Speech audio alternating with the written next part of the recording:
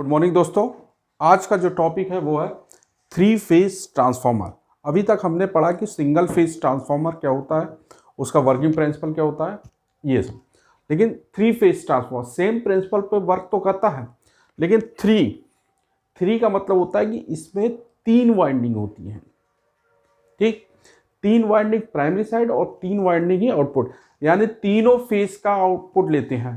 ठीक, जैसे कि तीन फेज होते हैं हमारे आर वाई बी, तो तीनों इनपुट में भी होते हैं और प्राइमरी साइड्स में होते हैं।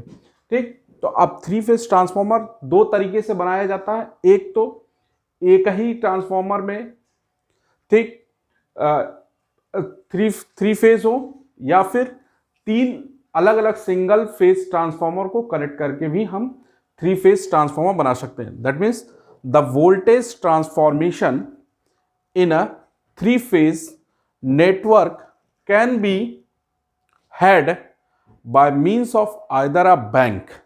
बैंक का मतलब होता है कि हम एक ही उसमें जोड़ दें। A bank of three single phase, यानी तीन अलग अलग सिंगल फेज ट्रांसफार्मर को जब हम आपस में कनेक्ट कर देते हैं तो भी वो हमारा थ्री फेज बन जाता है ट्रांसफार्मर। और a single three phase transformer, या एक ही वाइंडिंग पे हम तीनों एक ही कोर पर हम तीनों वाइंडिंग को कंसीडर कनेक्टेड कर दें तो भी हमारा थ्री फेज होता है।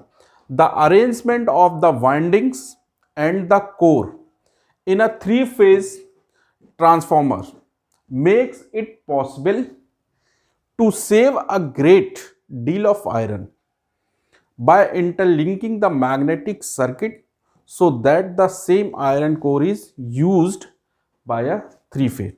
ठीक, कहने का मतलब यह है कि थ्री फेज ट्रांसफार्मर में एक ही कोर यूज होती, एक ही कोर पर आपको एक वाइंडिंग, दो वाइंडिंग और तीन वाइंडिंग होती हैं। तीनों वाइंडिंग यानी तीनों फेज को हम कहते हैं। तो जब आपका वही एक ही कोर होता है जो मैग्नेटिक सर्किट को लिंक करता है, जिसके कारण आपका कोर मटेरियल इसमें कम यूज होता है। ठीक, नेक्स्ट होता the proper flux density are maintained because the three phase currents are displaced 120 degree electrical with respect to each other. तो जो करंट्स होती है वो तीनों फेज में 120 डिग्री इलेक्ट्रिकली डिस्प्लेस्ड के रूप में फ्लो करती है। ठीक, और जो वाइंडिंग्स होती है थ्री फेज में वो या तो प्राइमरी और सेकेंडरी बोथ आर डेल्टा और स्टार फॉर्म में होती है। तो दो तरीके से आप में थ्री फेज ट्रांसफार्मर का यूज किया जाता है, जिसमें प्राइमरी में स्टार हो सकता है और सेकेंडरी साइड भी स्टार हो सकता है। ठीक, या फिर दोनों तरफ डेल्टा डेल्टा हो सकते हैं, या एक तरफ डेल्टा और एक तरफ स्टार, जिसके कारण transformer connections three phase transformer connection आपके चार तरीके के होते हैं, जो हम नेक्स्ट लेक्चर में आपको इंट्रोड्यूस करेंगे कि connection of a three phase transformer. ये बेसिकली लेक्चर ये है कि इसमें थ्री फेज ट्रांसफार्मर क्या होता है।